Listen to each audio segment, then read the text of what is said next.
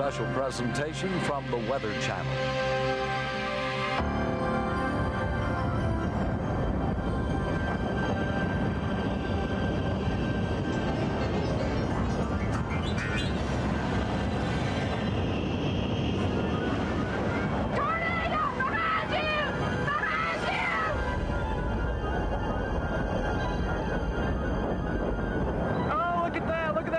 Into it. Wow. Oh my God. That is spectacular. Some people chase storms. Others are chased. That one hit the car, folks. Ahead, the Weather Channel takes an in-depth look at the 1996 tornado season. Meet people who had frightening brushes with tornadoes and see some of the most incredible video ever taken as we go on Tornado Chase 96. Keep going, keep going. But maybe a widely scattered afternoon shower. During the spring of 1996, Dave Dahl's passion for weather turned him into an avid storm chaser. Dahl, chief meteorologist and main weather anchor at KSTP in Minneapolis, headed out with a 5-person crew, experienced chasers Mike and Fran Pike, 2 KSTP photographers, and 1 producer. Destination, Tornado Alley. Mission, to catch some tornadoes on tape for a KSTP special series. After analyzing the weather and checking in with the National Weather Service in Kansas City on April 18th, Dave decides the best bet is to head toward Illinois. Baseball-sized hail reported here, and now that cell is probably drifted down to here, and we're right almost in Macomb. Wow. We gotta fly. The crews kept in touch by radio. Hey, Dave, that thing's going to put down a tornado. It's really intensifying. We've got a funnel. Maybe we should. Yep, funnel. Definitely funnel. Yeah, the funnel found for me. Can we stop and get some film of this? That is really spinning nicely. That's the wall cloud, and it's following right in behind it. But the whole thing is rotating. Wow. This time, though, the storms did not cooperate. Although promising so much, no tornado developed.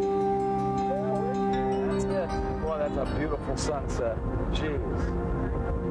Well, doggone it, we came close. We were about as close as we could be. The only tornado warning issued.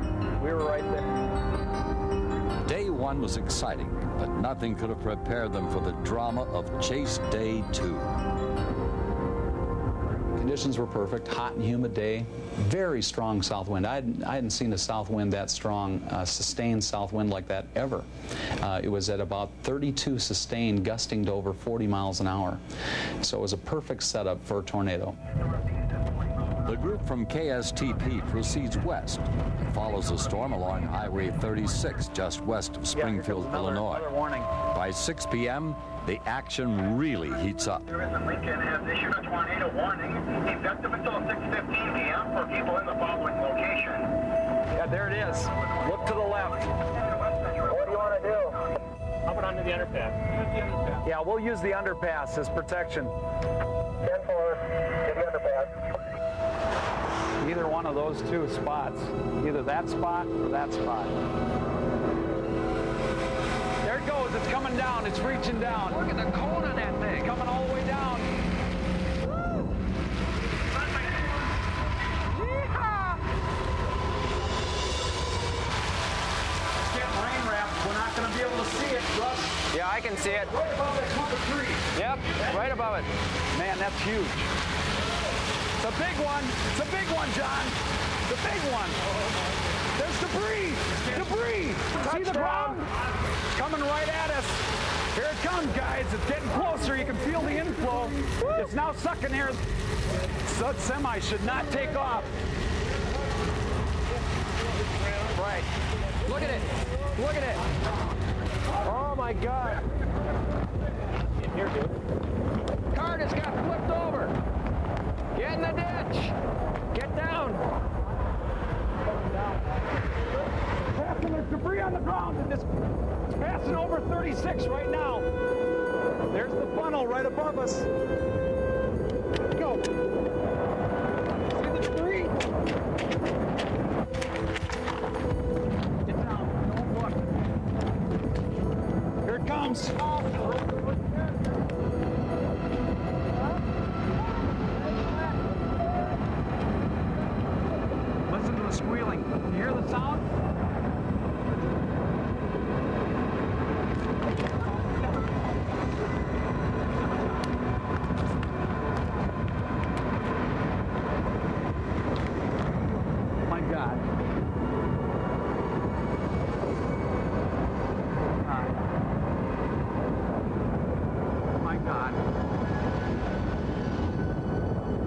that. Look at the debris.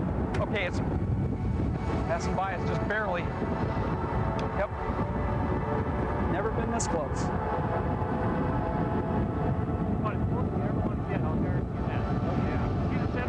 Vortex there where it's really rapid. Luckily, nobody is hurt. The tractor trailer which left the overpass is blown over, as is another truck. The crew dusts themselves off and continues the chase. As they drive, more tornadoes sweep through the area. This one was captured on home video as it moved into the town of Decatur around 8:30 p.m. The KSTP crew follows the storms into Decatur. Elation at being so close to a twister is followed by a dose of reality. They get to see the destructive power of a tornado. I've never been so scared in my life. I've never been anything like that. It's just unbelievable. You just can't imagine the intensity of it. It was not until the next day that the true extent of the tornado's destruction was evident.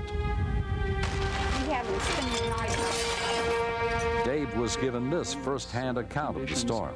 And suddenly the hail stopped, and you could see a wall of heavy rain moving very rapidly toward the home. There was a sudden whoosh of wind. We could hear debris flying, and then stillness. And it lasted no more than 30 seconds. These were not the only storms on that April night. Station WICD videotaped this tornado in Urbana, Illinois. Many chasers chase for years without seeing a single tornado. But in just 3 days, the group from KSTP saw enough action to last a lifetime. The day under the overpass will always live with them. It was unbelievable. I can't remember ever having that kind of a thrill. It's a thrill that people can't imagine that they want to put themselves in front of a tornado. But if it's something that you've dreamt about all your life, you really want this to happen, and you can't believe it. You can't even believe it when you're hearing it. You can't believe it when you see it. And so when I first saw it, I couldn't believe it. I couldn't believe that it was actually happening, and we had 6 people there and 4 cameras on this one tornado. I thought, wow, why was this my day? But it was a thrill of a lifetime.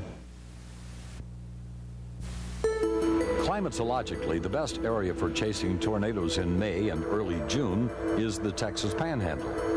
This year, storm chasers once again converged on that region, hoping for some panhandle magic. Yeah, their dew points are not. One of those was professional storm chaser Warren Fadley. Every spring for the last 10 years, he has made Amarillo, Texas, his home. Every morning when I get up, there's that element of mystery, the enigma of not knowing what you're going to see that day. And no matter how bad of a year it is, no matter how bleak it looks, this is West Texas and anything can happen. And that unknown, every single day when I'm out here is really what keeps me going, because I know sooner or later I'm going to see something. It's just a matter of when and where. On this day, Warren, as he does on many chase days, starts at the National Weather Service office in Amarillo.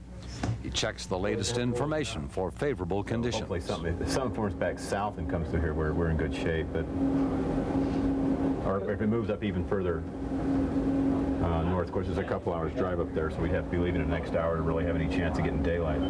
For the next hour, Warren analyzes the latest meteorological information: temperature, dew points, and wind direction. Many agonizing decisions have to be made. Which storm should he chase today?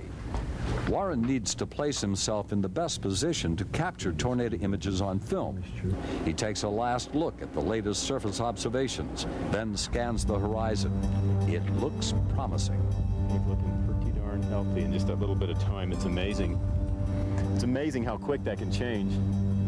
Go from relatively nothing to a substantial storm in just a few minutes. The chase is on. Warren heads north on Highway 287 to the small Texas town of Dumas. The initial towers are going up 5:14 p.m. There is a tornado watch, which is roughly from 20 miles south of Amarillo running up towards Dodge City. Right now, everything's looking just right, and it's still relatively early, so we've got a good chase on our hands right now. Warren drives through the very flat West Texas countryside. The storms he's following start to collapse. A promising day is beginning to look like a bust. Just as Warren thinks of heading back to Amarillo, new storms develop. This is living proof that you should never turn your back on a storm and give up until it's really gone. This thing looked like it was dying just about 15-20 minutes ago, and now it's obviously becoming a lot stronger. You can almost see some low-level wrapping in here, so maybe we'll have some panhandle magic here. Warren drives to a place where a tornado could develop. Oh, look at that, at the base. We got a lowering, look at it. A mad scramble ensues. He places his film camera in the best position. Boy, that could drop a tornado any second. It's a wall cloud. The storm had just literally exploded in the last 20-30 minutes. It was nothing, and it went right into it looks like a supercell wall cloud that you can see under the rain-free base. And there's been one or two very small areas underneath that look like circulation, but it's hard to tell. It may have been something, a downdraft. This time a tornado did not develop, but it was oh so close. See, a lot of people mistake those for tornadoes. But it's linear, it's moving out. The day's chase has ended next to a noisy water pump in a field just outside Perryton, Texas. I think we came pretty close to seeing it. This day turned out to be typical for the season in the Texas Panhandle. For many tornado chasers, it was a very frustrating year. Well, in all of my years chasing, which is almost 10 years out here, and from talking with other chasers who have been chasing out here for 20 years or more, this is probably the most inactive season that anyone can remember. For tornadoes, it's just been a total bust. While the lack of tornado activity was discouraging for the chase community, it was good news for the residents of the area. While Warren cruised the plains looking for the classic storm to photograph, other chasers chased for very different reasons. Researchers from the University of Oklahoma in Norman spent their spring traveling through the same area as Warren. They had a different mode of transportation. They were in their Doppler radar on wheels. The radar looks into storms and searches for developing tornadoes. The researchers hope to get very close to a twister and capture its complete life cycle on radar. You said up to two, this one's the most impressive. Yeah. And it's got really strong building on the backside. Yeah. No, this, I can tell this one is probably, you know, you have that one back there, but this one's sort of out ahead. The radar gives them an advantage over other chasers as they move through southwest Kansas. That's why we have the radar out here to see, you know, exactly, you know, what the storm looks like, you know, before it puts out a tornado, and, you know, if this one has the characteristics to do it or whether it doesn't, and that's all part of the research that we're doing right now. The radar scans the storms looking for possible cloud rotation. And that's pretty good, and then up, as the storm's going up, you can see in the anvil, you see a lot of this mammatus and the stuff really hanging down. It's a lot of the vertical motion in the storm. The storm appears to be not moving that fast. It's sort of coming at us slowly and moving a little bit to the north. Getting as close as possible to the storm gives researchers the best possible data. So it's an interesting area. So far it hasn't done anything, but we're just going to scan it and watch it and hope that something does develop. Scanning the clouds pays off. Okay, now we're getting a little spin up there. That's getting good. That might be moving the direction here a little bit too much here. Oh, yeah. He said it's 2 kilometers away. It's got to be getting closer. That's good. I know. Classic LP. Oh, yeah. There's actually a funnel off the ground. Okay, you're seeing just the big mesocycle wrapping up. You see the cone sticking, a little funnel sticking down at the cloud base. It's not extending down to the surface, but then occasionally off that dust swirl, you can see a funnel coming up, just dust rising right into it, and just a nice swirl. Couldn't ask for a better location to get a picture. Dr. Josh Werman, the leader of the group, analyzes the tornado from the radar screen inside the truck. How's it looking, Josh? It's looking okay. It's still a mile away. Are you guys keeping an eye on it visually? Yes, we are. There's really not much cloud-based rotation at this point we can see. After 10 to 12 minutes, the tornado dissipates, but the excitement level is still high. It's early afternoon, and it looks good for other development. As the researchers move, an impressive dust devil develops right on the side of the road. Perfect location again. That's definitely very interesting. Keeps going. Not very far away. No, it's not very far. That's right where the roadway we came from. We might actually have to bust a little far south to get out of its way. The researchers scan a new storm to the west. You can still see some circulation on the ground there. Oh my God, look at that. That's just, wow. The rear flank downdraft surges toward the Doppler on wheels. Winds gusting up to 70 miles an hour slam dirt and sand into everything.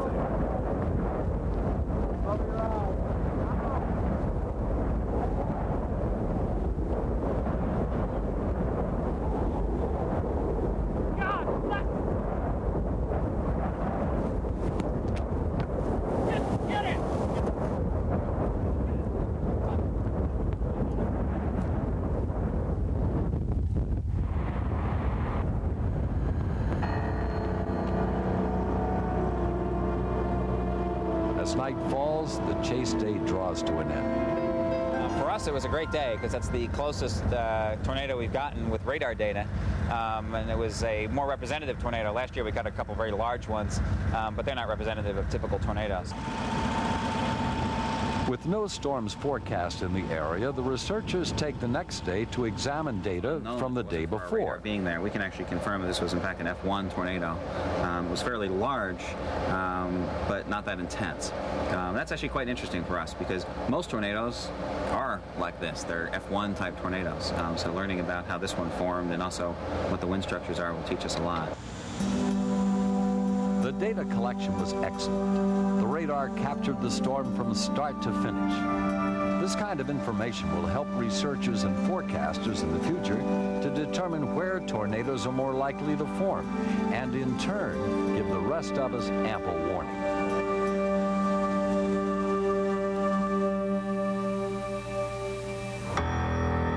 Next on Tornado Chase 96, we join other storm chasers as they look for and find the ultimate tornado.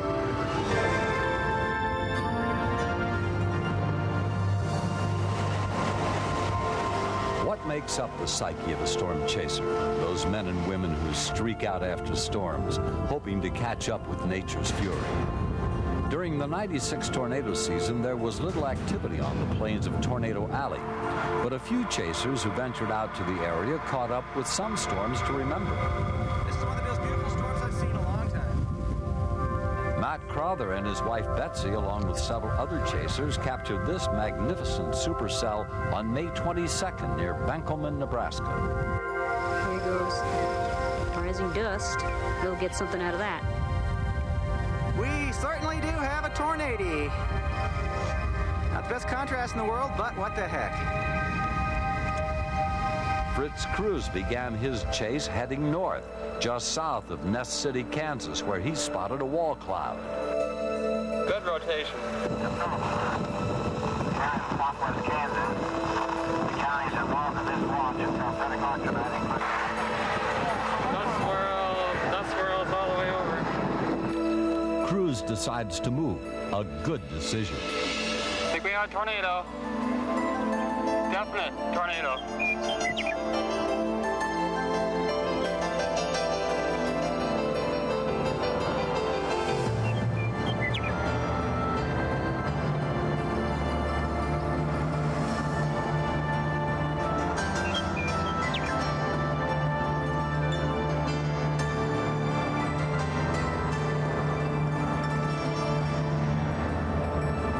Quick little tornado. You can still see a funnel right there. Minutes later.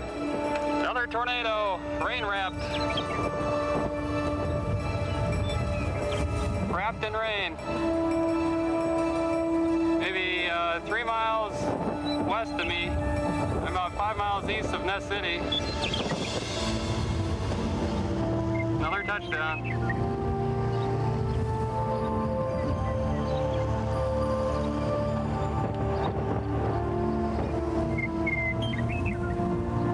tornado.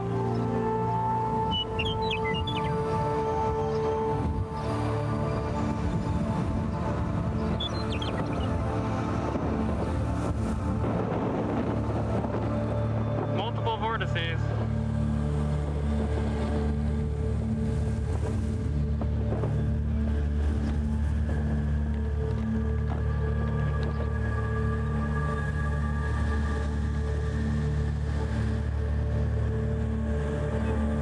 About 2 miles from me now. It's getting too close for comfort. We gotta move.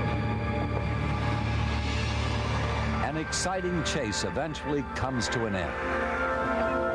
Well, if we get there. Sublette, Kansas sits in the southwest corner of that state, right above the Oklahoma and Texas panhandles.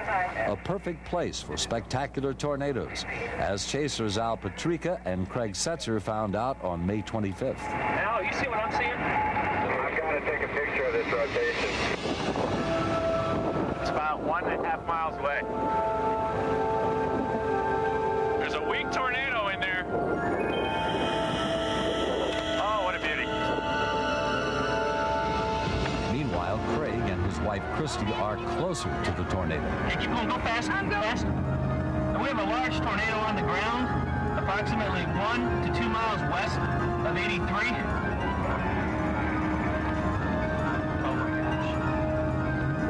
Keep going. Okay, get ready to stop. Okay, no, right here.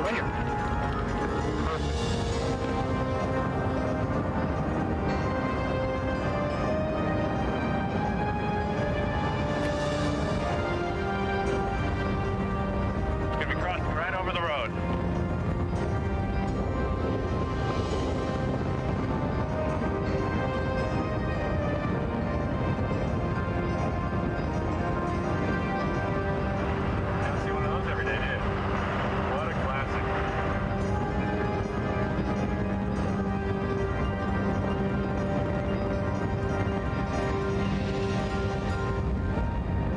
Setzer and Patrica, it was the end of a perfect chase.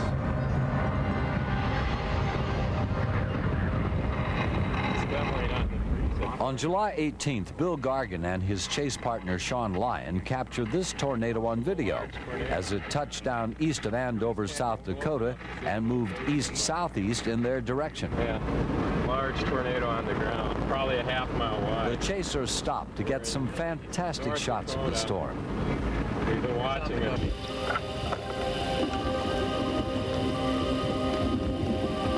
A nice cone. It's really rotating.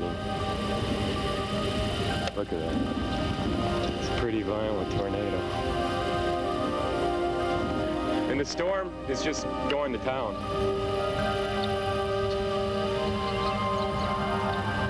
Wow. Roping out tornado. Look at that condensation on the ground.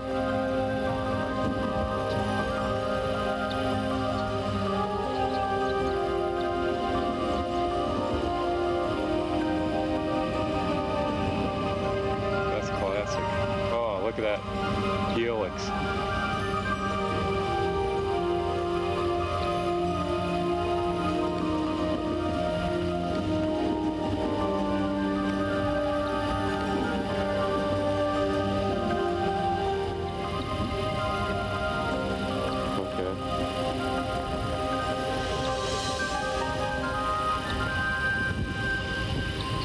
Within minutes, the chase is over, and Gargan's classic tornado becomes a memory. Yeah, it's dissipated.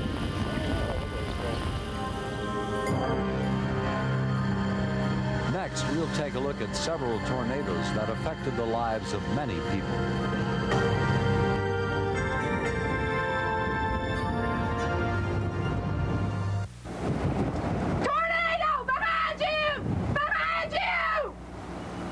A large destructive tornado is bearing down on two neighbors just to the southeast of Louisville, Kentucky.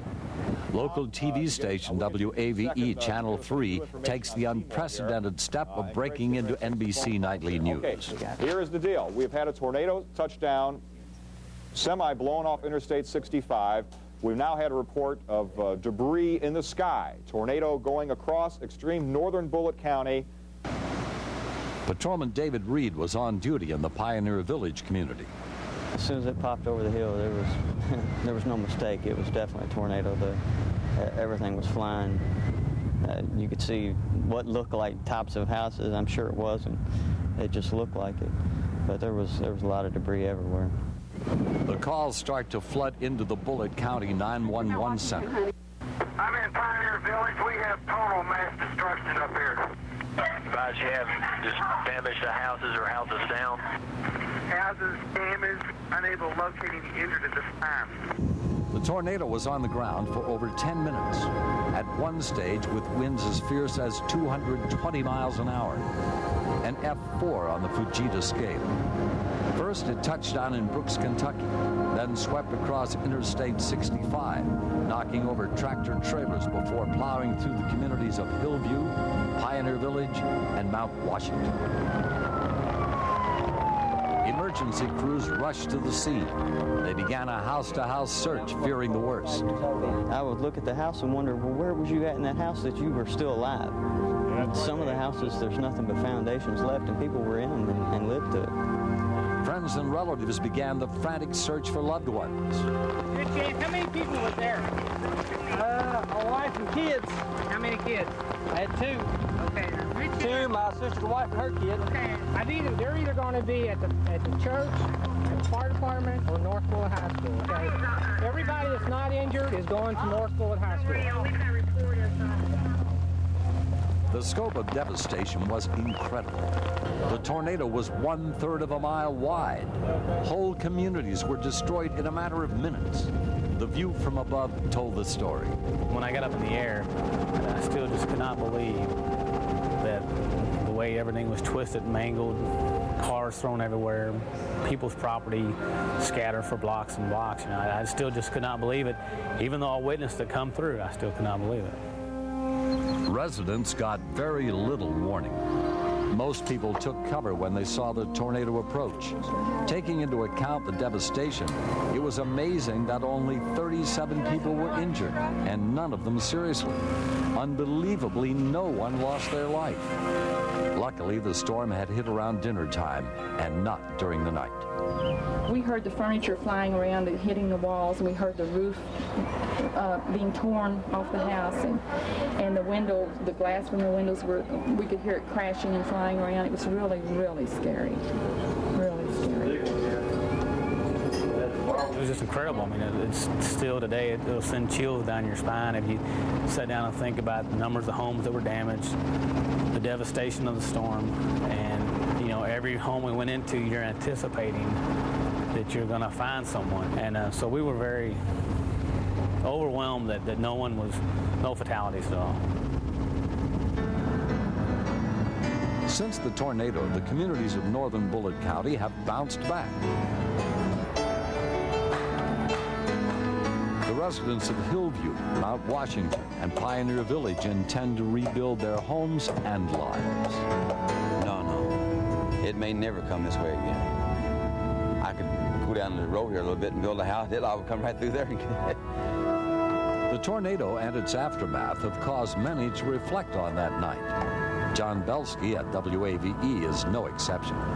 Can't describe the feeling when I found out, no fatalities, very few injuries. When you talk about over 1,000 homes damaged, a lot of them destroyed by it, gives you a good feeling right here. That's what it's all about.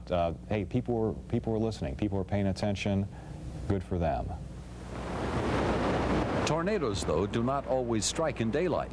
This was the tragic case in Fort Smith, Arkansas on Sunday, April 21st. A twister ripped through the area just after 11 p.m.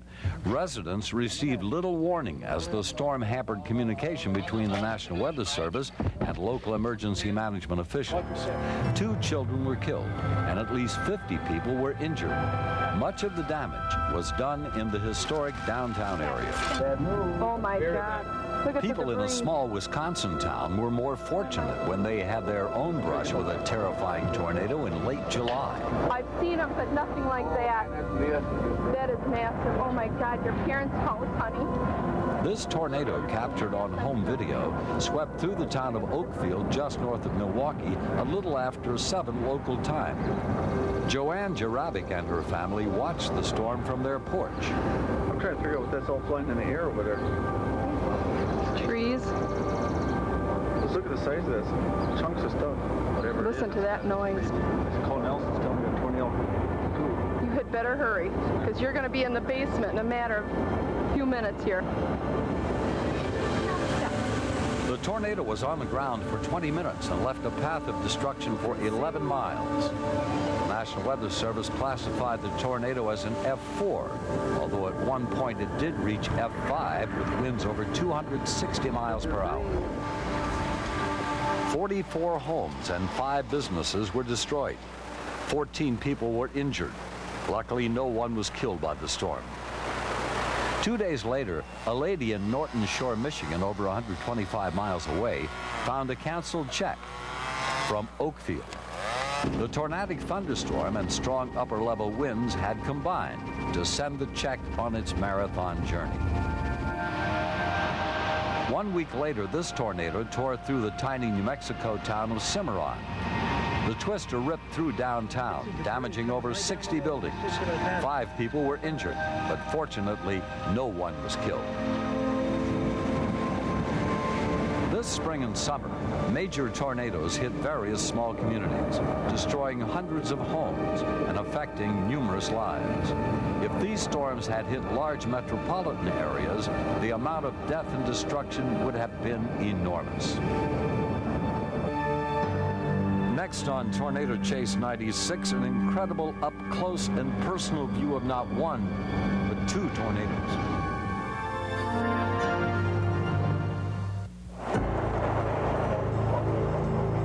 Finding tornadoes is not easy. A great amount of luck is involved. It is even more difficult to capture tornadoes on video. But what if you turned on your TV and saw not one, but 2 tornadoes live? That's what happened on Thursday, May 30th in Colorado. KCNC TV4 in Denver tracked the severe storms as they swept over the Rockies. Up and left from that, we have a very strong thunderstorm complex going on in southwest Logan County and Weld County. That has prompted a tornado warning as well. Let's put storm. The station's helicopter was dispatched to fly toward the storms around Morgan County, 60 miles northeast of Denver. Pilot Mike Silva was at the controls. Lo and behold, we saw the precursors for some rotation and some tornadic activity, and out pops 2 tornadoes at the same time. It was pretty amazing. I haven't seen anything like that ever before. As Chopper 4 flew closer to the tornadoes, they beamed back these unbelievable pictures. The station took the dramatic pictures live in their 4 p.m. newscast. Some people may have a fear of tornadoes. Copter 4 may have one for us right now. Luann Aiken looks like one. Tell us about it.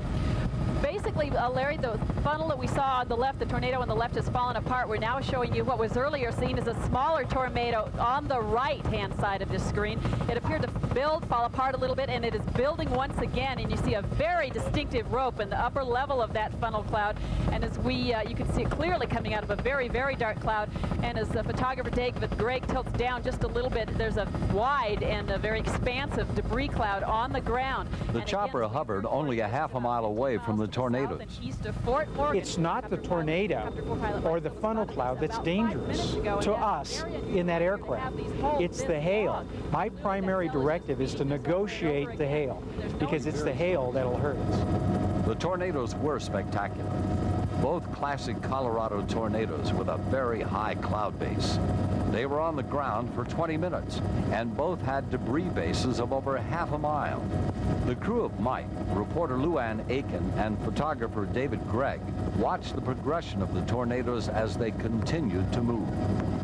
It had to have been one of the most exciting in the context of weather chasing, storm chasing, if you will, storm spotting, no question. And we've had some big tornadoes in the past, but to have 2 major tornadoes this particular size and being this close to them, and of course being live, it was amazing. The tornadoes damaged a couple of outlying farmhouses, but no one was killed or even seriously injured. People had received sufficient warning. As Channel 4 viewers watch these amazing scenes from the air, Daniel and Cammie Justin, with their children Emily and Isaac, were driving home from a family vacation in Missouri when they had their encounter with the twin tornadoes.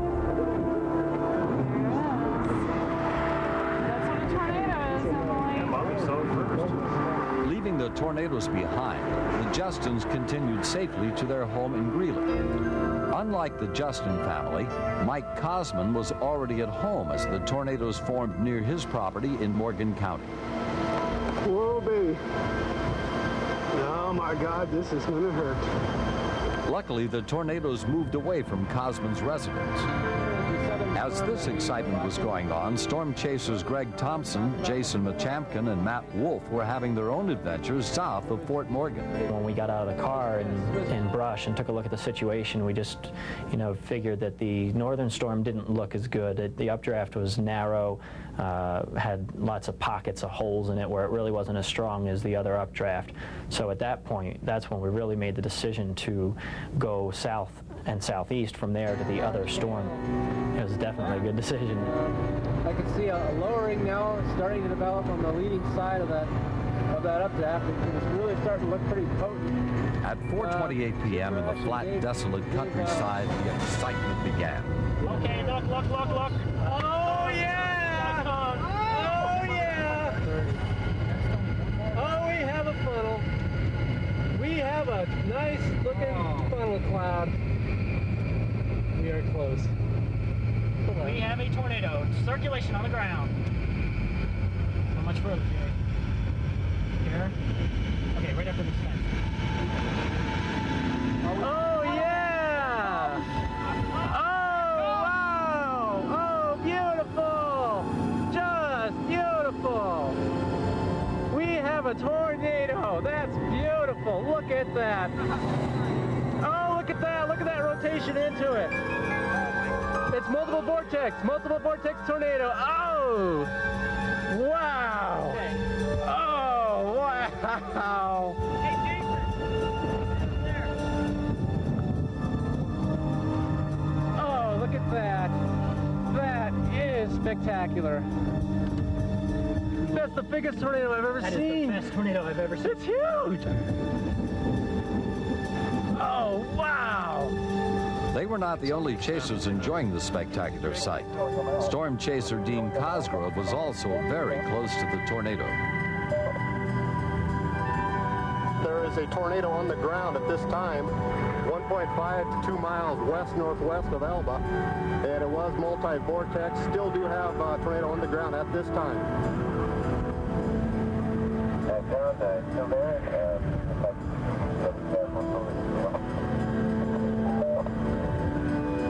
I still have a large tornado on the ground. It appears to have drifted slightly east-northeast. The tornado is getting larger. He captured these impressive images as the half-mile wide tornado plowed through the fields of eastern Colorado. As both chase groups videotaped the storm, Greg Thompson took these amazing still photographs of the storm's rise and fall. My still pictures were probably my best I've ever taken on a tornado chase, mostly because of location/lighting, but this was a rare occasion to get a good light band in the background of a tornado. And personally, that was my best chase ever in my 6 years of chasing.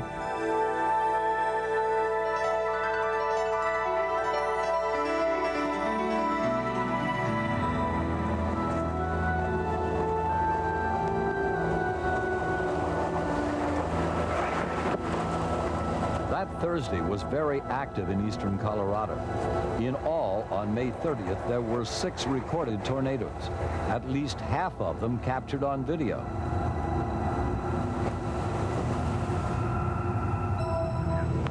Next on Tornado Chase 96, we look at what researchers did this year to understand the makeup of severe thunderstorms.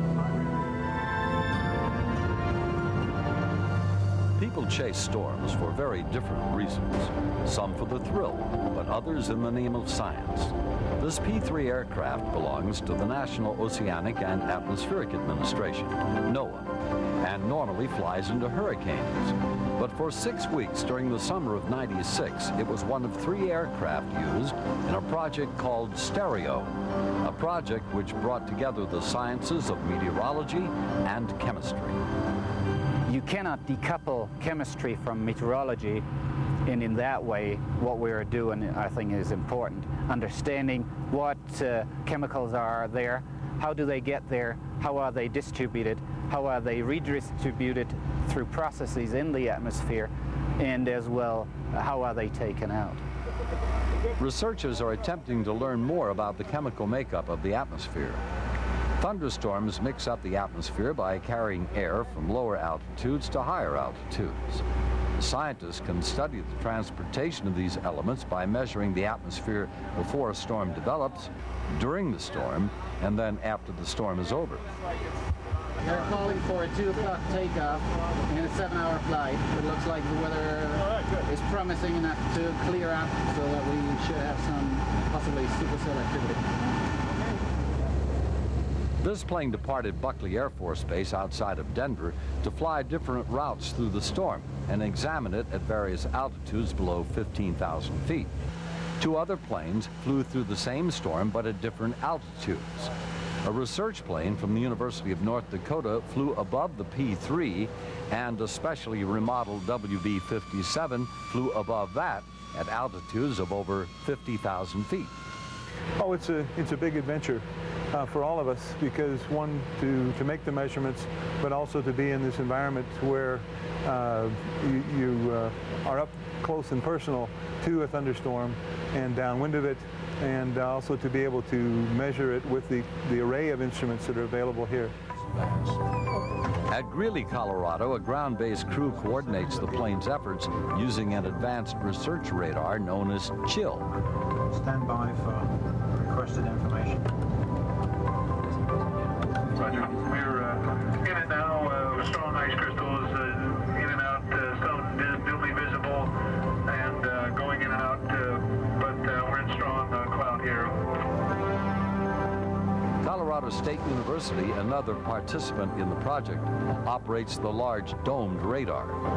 We can discriminate between big round particles like hailstones primarily and large flattened targets like raindrops. So we can look inside a storm and basically say where the hail shaft is. Even if it's embedded within heavy rain, we can distinguish the rain from the hail component. To verify the radar data, 2 crews are sent out into the heart of the storm. One crew collects the hail to measure its size and shape, while the other crew scans individual raindrops in real time. Another aspect of Stereo is to look closely at lightning. The lightning in thunderstorms produces nitrogen oxides into the atmosphere, and that's one of the key components of photochemistry. The researchers also want to find out where lightning is produced in regard to the position of the storms. Yeah. This is Fort Morgan flat plate, and this is the eastern interferometer lobe. Right. So I think what we want to do is try to cover this right in here. Okay. 2 students from Colorado State are assigned to a 3rd van. Larry Carey and Timothy Lang head out, hoping to find lightning. Okay, so we're still heading south on 71. Probably hit 14 in a few minutes here, but I would say it's going to take us a good 45 minutes to get all the way back to 85. Just like other chasers, the researchers have to be in the right place to get the information they need. We try and get on the fringe of the storm such that basically our position's tangent to where the storm's moving, so we can get a nice life cycle of the lightning and yet not be in the heavy rain, because when we're in light rain like this, our measurement's fine, but once we get in the heavy rain, it contaminates the data. After pulling over on a country road in extreme northeast Colorado, they place the apparatus in the open so it records all lightning strikes, both cloud to ground and cloud to cloud. All electrical discharges are recorded by the computer in the van. Let's ride it out for now right there, and we'll see what happens. Over. Roger that, Jill. The storm passes over, but the lightning display was not as spectacular or as frequent as hoped. Looks like we're about done for today. As the van starts back to Greeley, another storm develops over the mountains. An impressive lightning display lights up the sky just above the radar facility. The electrical activity is dying down in that cell now. There's been nothing for the last 4 minutes. Over. No, Roger. Looks like the cell could be collapsing here. But meanwhile, back in the air, the P-3 is still searching for the right storm to carry out its chemical observations. We've just got the message from the chill ground radar that some new activity is developing to the east of here. So we're breaking off from the chemistry determination that we have done just a few minutes ago to look at the distribution of the trace gases. Already the other aircraft that is involved in today's study, the Citation is on the way over to this new activity. The plane spends several hours in the storm's environment with scientists taking various measurements of the atmosphere. First of all, you have to turn raw numbers into something that makes sense, and that takes a bit of work to do to understand what you've actually done. And then the hard part is to assemble all of that and try to understand it as a complete image of what you've seen, a complete picture of the processes that are going on. One more pass at another altitude, and the research plane heads back to base. Today was not a bad day. When this first system died out, another system started to show convective activity, and we moved over and studied the second one. Here again, we got good radar data on several legs at various altitudes. The stereo project continued through the summer, and researchers were able to study many severe storms. The data they collected will be examined to give the researchers a complete picture of the atmosphere in and around severe thunderstorms.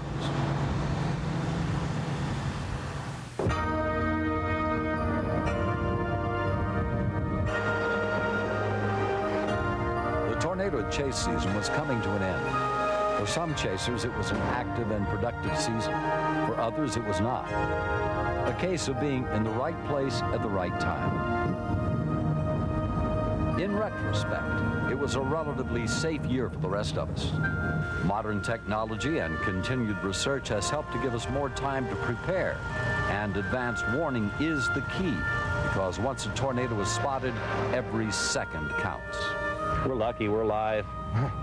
We are lucky because we are alive. They came outside and they were really upset and started crying and everything, and I said, hey, there's nothing here. Everything here is material. We're all alive and we're unhurt.